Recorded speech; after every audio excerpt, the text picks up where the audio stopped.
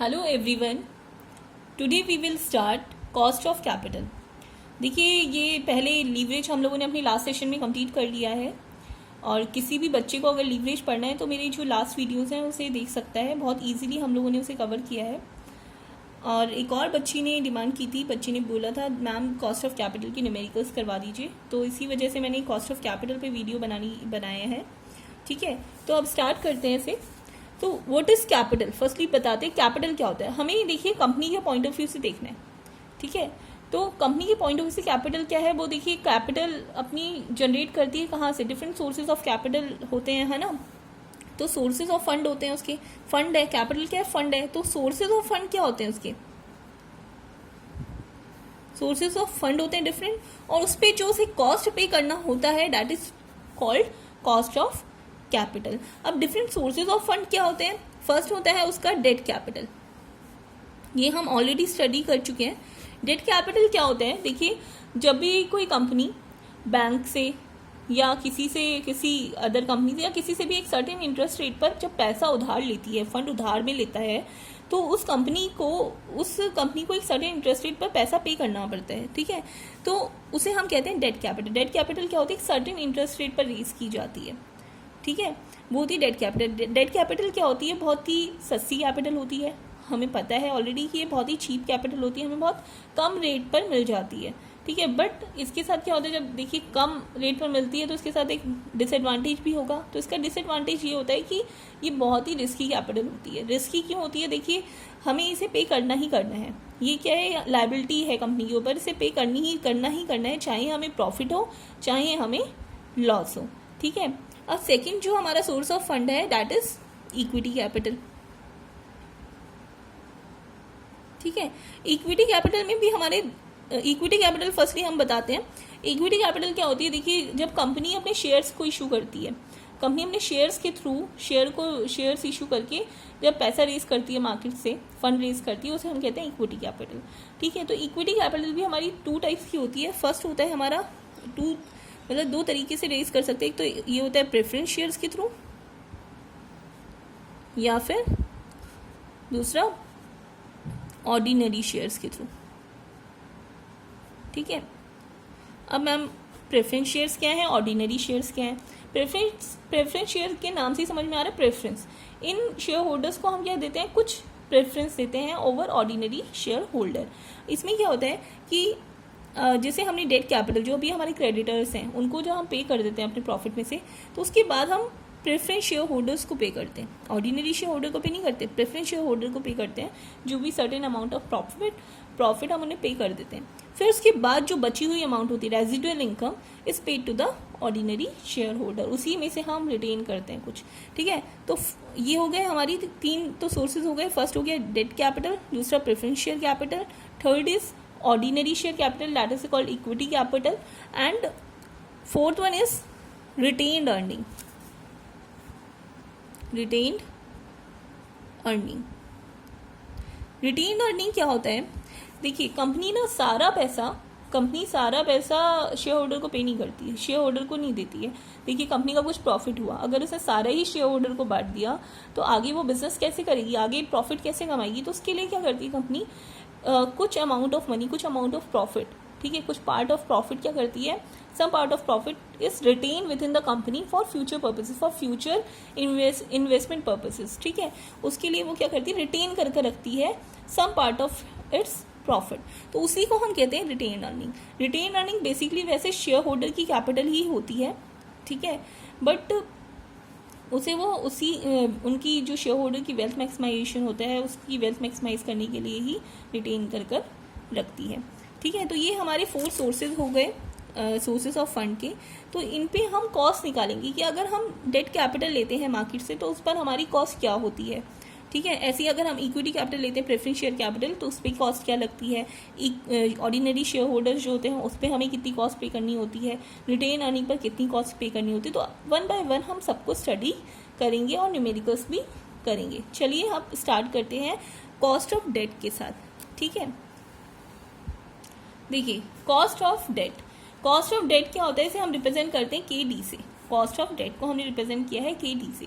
अब देखिए जो हमारी डिबेंचर्स होते हैं जो डिबेंचर्स होते हैं, जो भी हमने लिए हैं, डेट कैपिटल जो भी लिए, डिबेंचर्स लिए हैं, वो हमारे क्या होते हैं, रिडीमेबल भी हो सकते हैं और इनरिडीमेबल भी हो सकते हैं। रिडीमेबल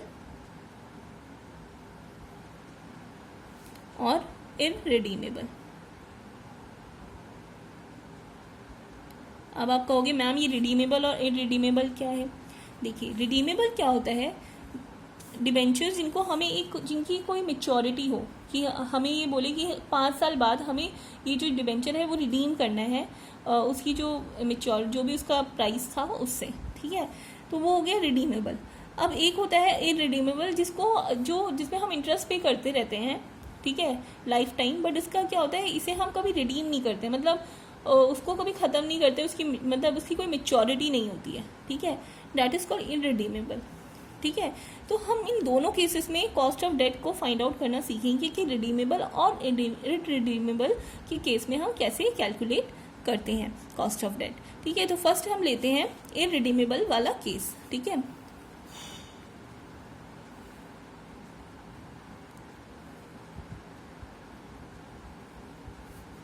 इनरिडीमेबल कॉस्ट ऑफ डेट, ठीक है, KD।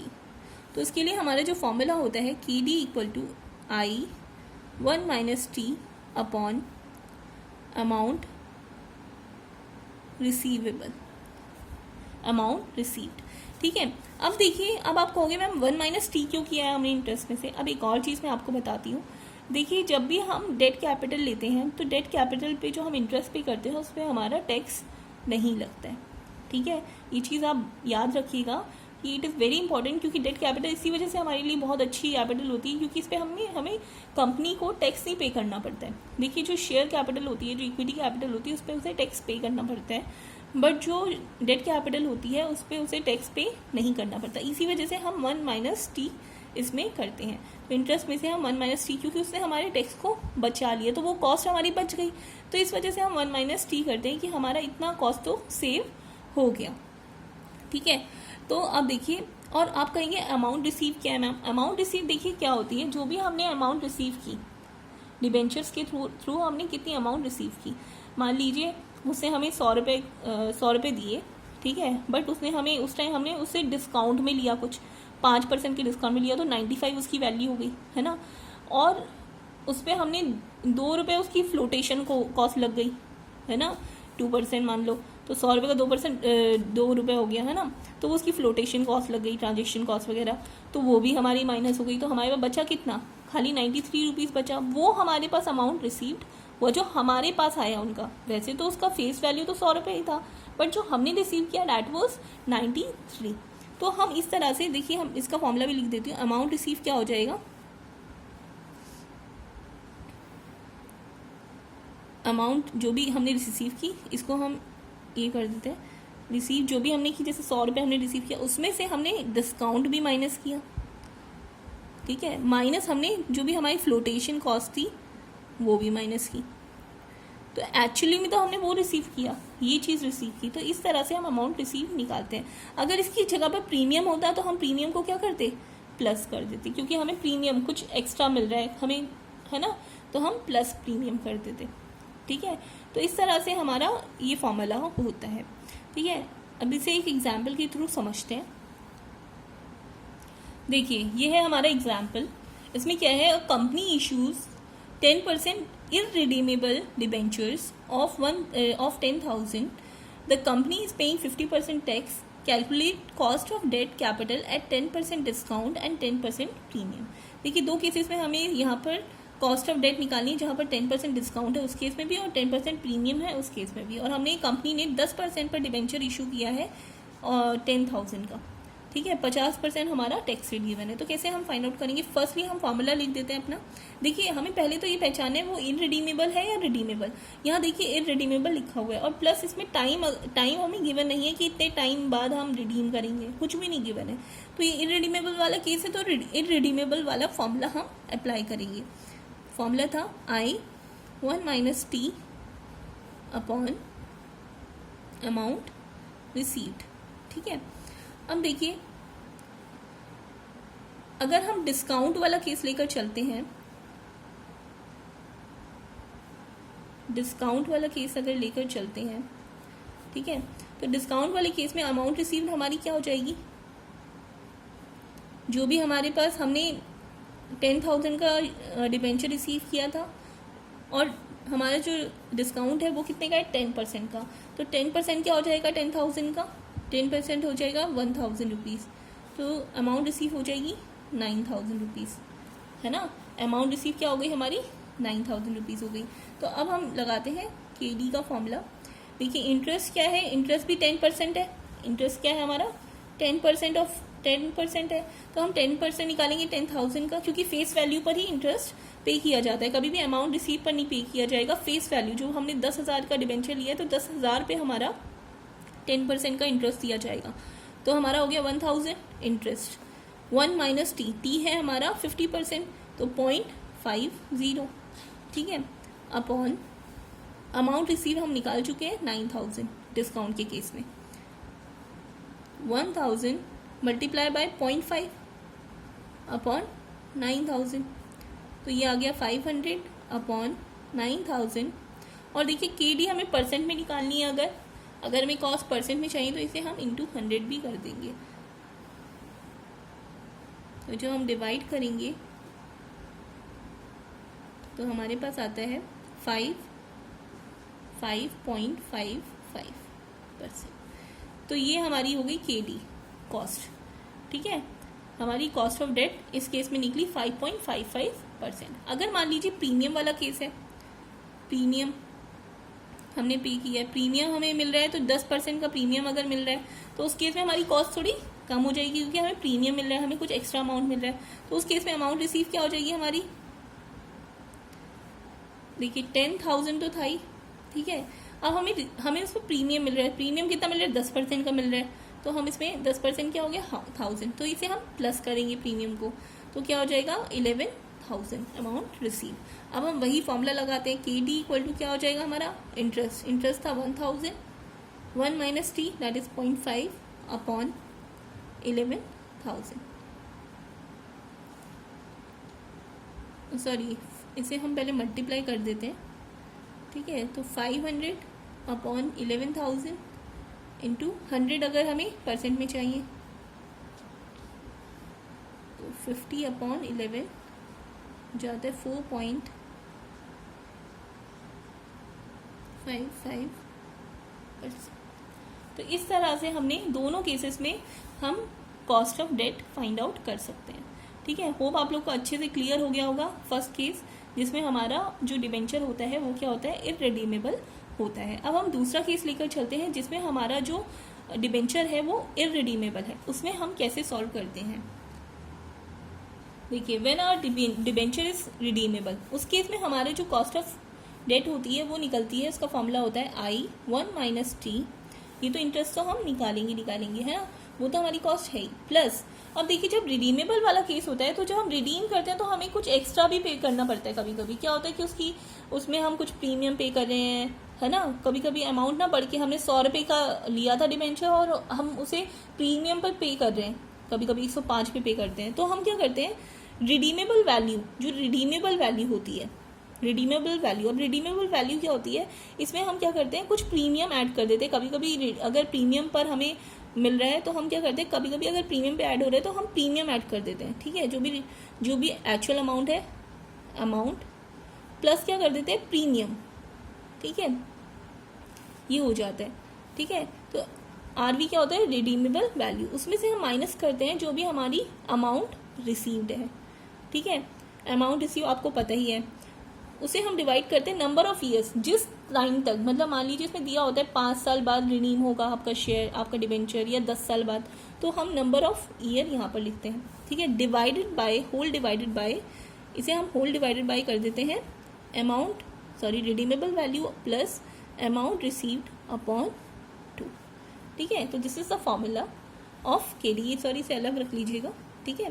तो KD क्या हो जाता है I1 minus T plus RV that is redeemable value minus amount received upon N divided by redeemable value plus amount received upon 2। इस तरह से इस फॉर्मूला से हम जो रिडीमेबल वाला केस है उसमें हम कॉस्ट ऑफ डेट कैलकुलेट कर सकते हैं। अब इसका एक एग्जाम्पल लेते हैं हम कैसे सॉल्व करेंगे। देखिए, this is the example. A company issued 1,00,000 10% redeemable debentures at a discount of 5%. The cost of flotation amount is 3,000 rupees. The debenture are redeemable after 5 years. देखिए redeemable वाला केस है। Compute cost of debt, हमें cost of debt find out करनी है। तो firstly हमारी जो चीज़ें हमें इसमें पुट करनी है वो हम निकाल लेते हैं। फर्स्टली हम निकाल लेते हैं अपना इंटरेस्ट। इंटरेस्ट हमारा क्या होगा इस केस में? इंटरेस्ट क्या है? 10% है किसका? 1,00,000 का। तो 1,00,000 का 10% क्या हो गया? 10,000। ठीक है। रिडीमेबल वैल्यू, अब देखिए कुछ अमाउंट बढ़ी, कहीं पर प्रीमियम मिल रहा है इस केस में? नहीं मिल रहा है। तो अमाउंट जो हम पहले ही हमें मिल रही थी वही हमें मिलेगी, दैट इज 1,00,000, है ना। प्रीमियम हमें नहीं मिल रहा। अब हमें निकालना है अमाउंट रिसीव्ड। अमाउंट रिसीव्ड क्या होता है? जो भी हमने दी थी अमाउंट, मतलब जो भी अमाउंट 1,00,000 थी उसमें से हमें डिस्काउंट कितना हो गया? देखिए, डिस्काउंट ऑफ 5%, 5% का डिस्काउंट हो गया, मतलब इसका 5% निकालेंगे तो 5,000। तो अब इसे 5,000 इसमें से हम माइनस कर देते हैं, इतना डिस्काउंट हो गया। फिर फ्लोटेशन कॉस्ट भी लगी, जब हम डिबेंचर इशू कर रहे थे तो हमें कुछ फ्लोटेशन कॉस्ट भी पे करनी पड़ी, डैट वाज 3,000। ठीक है, तो 3,000 आपका हो गया फ्लोटेशन कॉस्ट। तो आपके पास जो टोटल अमाउंट रिसीव हुई वो कितनी हुई? 92,000। ठीक है। नंबर ऑफ ईयर्स आपको पता है कि रिडीमेबल कितने साल बाद हमें करना है इसे? 5 साल बाद हमें रिडीम करना है इसको।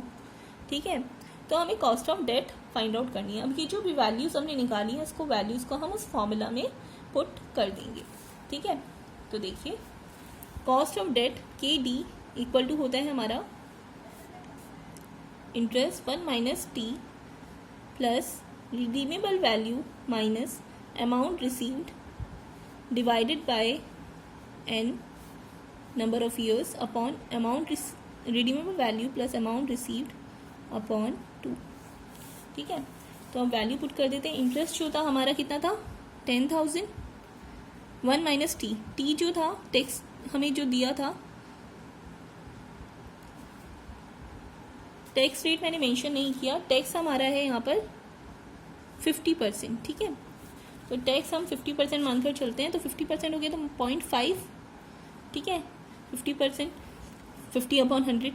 ठीक है, प्लस रिडीमेबल वैल्यू कितनी थी हमारी? सेम थी 1,00,000 माइनस अमाउंट रिसीव्ड हम निकाल चुके हैं 92,000 upon number of years is 5 divided by 1,00,000 plus 92,000 upon 2। ठीक है, इसे सॉल्व कर लेते हैं। देखिए जब हम इसे सॉल्व करते हैं तो हमारे पास आता है 10,000 इंटू 0.5 प्लस हमने इसे माइनस कर दिया तो हमारे पास आया 8,000 अपॉन 5 अपॉन 192 प्लस करने पर 192,000 अपॉन 2। अब इसे और सॉल्व कर लेते हैं। 0.5 से मल्टीप्लाई करेंगे तो 5,000 प्लस 1,600 अपॉन, जब इसे डिवाइड करेंगे तो हमारे पास आएगा 9,6,000। ठीक है, ये है KD के इक्वल। तो KD equal to 1,600 upon 96,000 into 100। इसे कट कर देते हैं, क्योंकि इंटू 100 इसलिए किया है क्योंकि हमें परसेंटेज में चाहिए जो भी कॉस्ट है। ठीक है, तो 660 अपॉन 96। ठीक है, तो इसे सॉल्व करते हैं तो हमारे पास आता है 6.87%। तो इस तरह से हमारी KD कैलकुलेट हो जाती है रिडीमेबल के केस में। देखिए इरिडीमेबल के केस से ज़्यादा हमारी रिडीमेबल के केस में कॉस्ट ज़्यादा आती है। ठीक है, तो 6.87 हमारी क्या आ गई? कॉस्ट आ गई, कॉस्ट ऑफ डेट। तो हमने दोनों केसेस में अपनी cost of debt find out करना सीखा। नेक्स्ट जो हमारी वीडियो होगी उस पर हम कॉस्ट ऑफ प्रेफरेंस शेयर्स की कॉस्ट निकालना सीखेंगे कि कैसे हम कॉस्ट निकालते हैं, कैसे फाइंड आउट करते हैं। आई होप आप लोगों को क्लियर हो गया होगा ये कंसेप्ट। और कोई भी डाउट है अगर आप देखिए कोई भी एग्जांपल है आपकी बुक में रिडीमेबल का है या इररिडीमेबल का है, आप लोग सॉल्व कर देखिए। अगर आपको कोई भी डाउट है आप लोग मुझे कमेंट करके पूछ सकते हैं। ठीक है, ओके। और आप मेरी प्लीज़ वीडियो को लाइक कीजिए, सब्सक्राइब कीजिए if you understand it. Okay, thank you class.